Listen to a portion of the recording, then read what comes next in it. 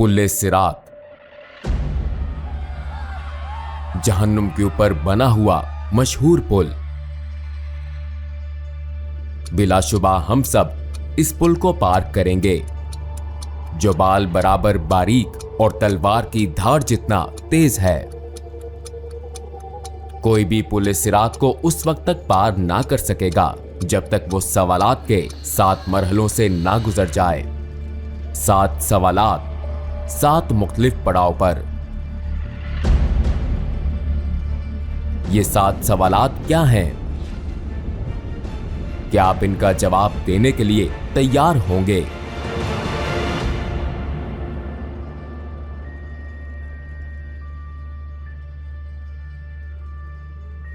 हजरत मोहम्मद सल्लल्लाहु अलैहि वसल्लम ने एक हदीस में पुल सिरात को यूं बयान फरमाया, पुल सिरात को पार करने का इन्हसार हर एक के अमाल पर है।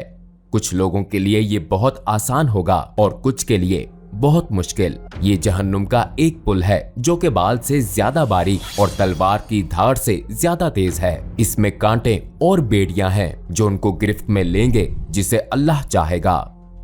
कुछ लोग इस पर से पलक झपकते गुजर जाएंगे जैसे रोशनी की रफ्तार हवा की तरह, या आली नस्ब घोड़ों और सवारियों पर। फरिश्ते पुकारेंगे, ऐ परवरदिगार सलामती फरमा, ऐ परवरदिगार सलामती फरमा। वो लगातार पुकारेंगे।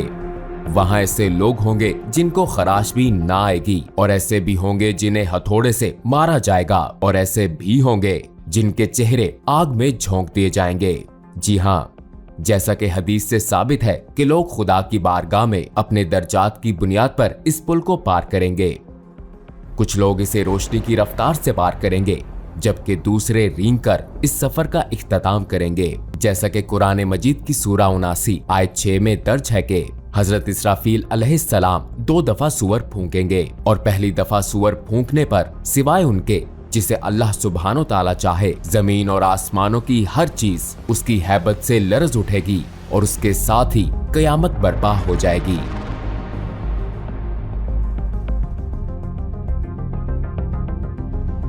दूसरी दफा सूअर फूंकने पर सब दोबारा जिंदा होंगे और अपने रब की तरफ दौड़ेंगे ताकि मैदाने हशर में जमा हो जाएं, रोजे महशर का मकाम। जो लोग इस खौफनाक कयामत में दोबारा उठाए जाएंगे, उनको उनके अमाल का हिसाब दिया जाएगा जो उन्होंने दुनिया में किए थे।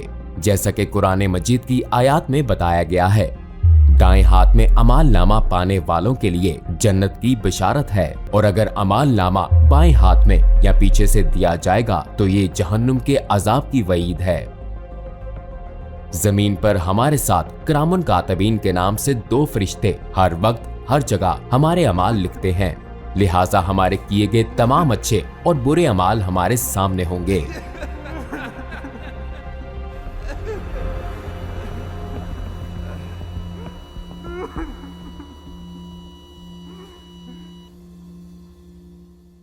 अमाल नामे के हवाले से सूरह कहफ की आयत नंबर 49 में बताया गया है, और उनके सामने अमाल नामा रख दिया जाएगा। फिर तू मुजरिमों को देखेगा, उस चीज से डरने वाले होंगे जो उसमें है, और कहेंगे अफसोस हम पर। ये कैसा अमाल नामा है कि उसने कोई छोटी या बड़ी बात नहीं छोड़ी, मगर सबको महफूज किया हुआ है, और जो कुछ उन्होंने किया था सबको मौजूद पाएंगे, और तेरा रब किसी पर जुल्म नहीं करेगा। रोजे महशर अमाल नामा हमारे सामने रखा जाएगा।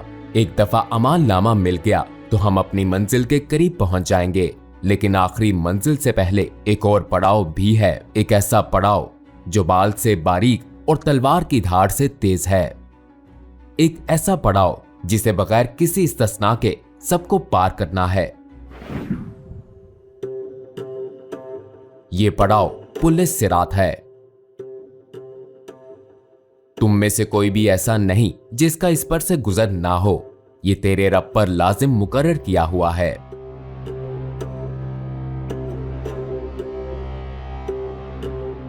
हदीस के मुताबिक सिरात जहन्नुम के ऊपर एक सीधा रास्ता है, हर कोई इस पर से गुजरेगा। ईमान वाले इस पर से अपने अमाल के मुताबिक तेजी से या आहिस्तगी से गुजरेंगे, जबकि काफिर और गुनाहगार लोग ठोकर खाकर जहन्नुम में जा गिरेंगे।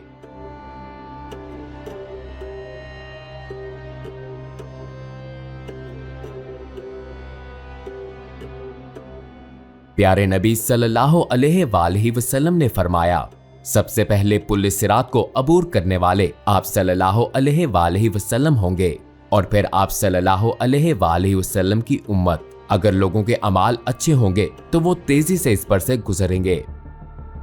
लिहाजा पुल सिरात पार करने के लिए आपसे क्या पूछा जाएगा? पुल सिरात पर हर एक से उसकी जिंदगी के अच्छे अमाल और गुनाहों के बारे में पूछा जाएगा। जैसा कि हमने शुरू में कहा कि पुल सिरात को 7 मरहलों पर सवालात के बगैर पार नहीं किया जा सकता। 7 पड़ाव के 7 सवालात। पहले पड़ाव पर जो पहला सवाल होगा वो हमारे ईमान के बारे में है। अगर हमारा ईमान कामिल है तो हम बासानी पहले मरहले से गुजर जाएंगे, लेकिन काफिर पहले ही मरहले में जहन्नुम में जा गिरेंगे। हम जानते हैं कि उन लोगों का आखिरी ठिकाना जहन्नुम है जिनको ईमान लाने का मौका दिया गया लेकिन वो फिर भी ईमान नहीं लाए।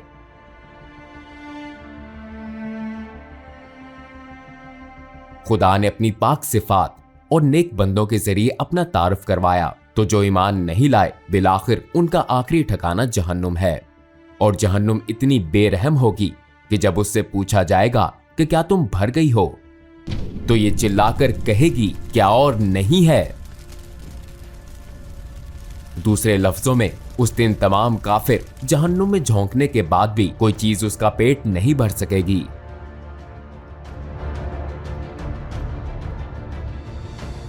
लेकिन डरे मत, अगर आप ईमान लाए और आपने नेक अमाल किए तो आपको रोजे महशर की सख्तियों से पलक झपकते ही छुटकारा मिल जाएगा, बिल्कुल ऐसे जैसे हजरत इब्राहिम अलैहिस्सलाम आग में सही सलामत रहे। अगर आप ईमान लाए लेकिन खुद को बचाने के लिए अच्छे अमाल जमा नहीं किए, तब भी आपके पास मौका है, वरना आपके गुनाह कांटे बनकर आपका पीछा नहीं छोड़ेंगे। अगर आप इन कांटों से पीछा छुड़ा लेते हैं तो बहुत अच्छी बात है, लेकिन अगर ऐसा ना हो सका तो जहन्नुम की आग आपको निकलने की मुंतजिर होगी।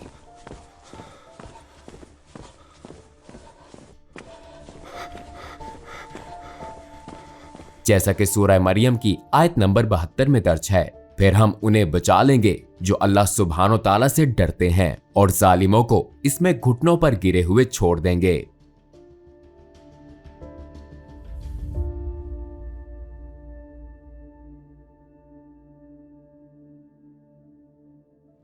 आइए इस पर बात करें कि हम इस पुल को कैसे पार करेंगे, जहां जहन्नुम अपनी तमाम तर होलनाकियों और दहशत के साथ हमारे कदमों तले होगी। हम कोशिश करेंगे कि इस पर नजर ना पड़े और हमारी तवज्जो अपने रास्ते पर मरकूज रहे। हम अपने इर्द गिर्द लोगों को देखेंगे। एक तरफ वो लोग होंगे जो अपने गुनाहों पर पछताएंगे, जबकि दूसरी तरफ वो लोग होंगे जो जहन्नुम में जा गिरेंगे। वहां ऐसे लोग भी होंगे जो इस दुनिया में रहते हुए आखिरत की फिक्र करते थे, और वही होंगे जो इस पुल को तेजी से बगैर किसी तकलीफ के पार कर लेंगे।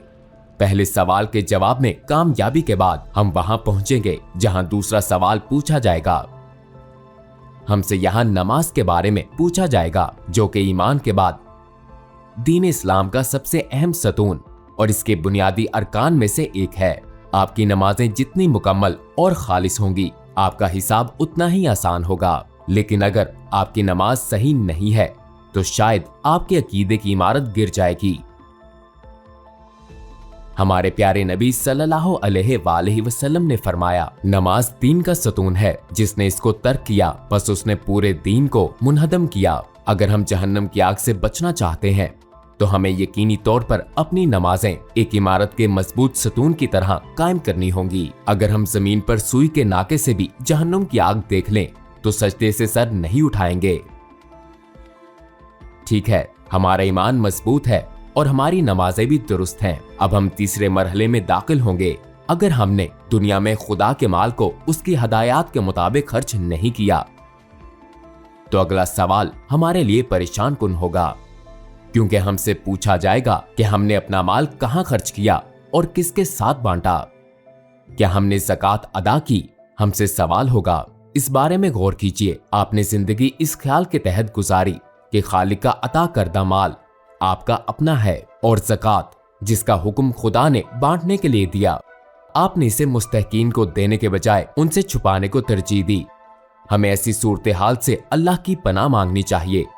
अगर हम अपना माल छुपाएंगे तो जन्नत भी हमसे छुप जाएगी। अगर हमने अपना माल खुदा की हदायत के मुताबिक कमाया और खर्च किया तो अगले पड़ाव पर हमसे रोजे के बारे में सवाल किया जाएगा, जो कि हम पर इसी तरह फर्ज हैं जिस तरह पिछली उम्मतों पर फर्ज थे।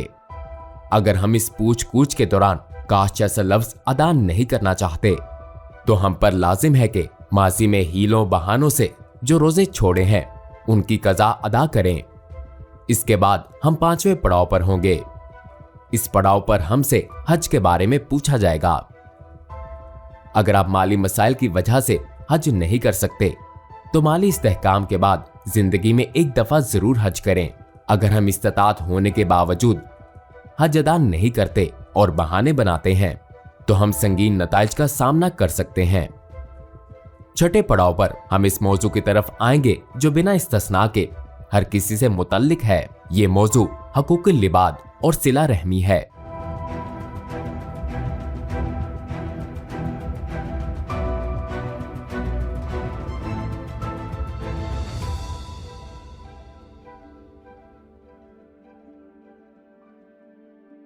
हम हमेशा दूसरों का हक गजब करके उनके हकूक नजरअंदाज करते हैं, ताहम बहुत सी चीजें लोगों के हकूक में शुमार होती हैं। बाज़ औक़ात हम ऐसा लाइल्मी में करते हैं, बाज़ औक़ात हम जानबूझकर ऐसा करते हैं ये समझ कर कि कुछ नहीं होगा। मिसाल के तौर पर हम ये जाने बगैर कि आया ये सच है या नहीं किसी के बारे में बातें फैलाते हैं, लिहाजा हम आसानी से बहतान या गीबत का हिस्सा बन जाते हैं।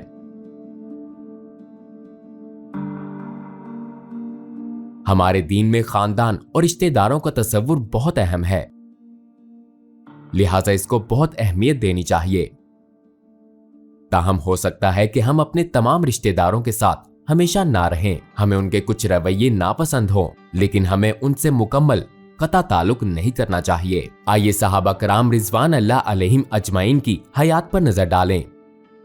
चंद सहाबियों के वालिदैन मुसलमान ना थे, लेकिन उन्होंने फिर भी अपने वालिदैन को खुश करने की कोशिश की, सिवाय उन मामलात के जिनसे खुदा ने मना किया था। जब हम उन तमाम मराहिल से गुजर जाएंगे तो हमसे तहारत यानी गुस्ल का सवाल होगा। अगर हम पिछले 6 सवालों में कामयाब रहे, खुदा के फजल से हम उन लोगों में शामिल होंगे जो सफाई को तरजीह देते हैं। अगर हम तहारत का ख्याल ना रखते तो पिछले सवालात में कामयाबी भी मुमकिन ना होती।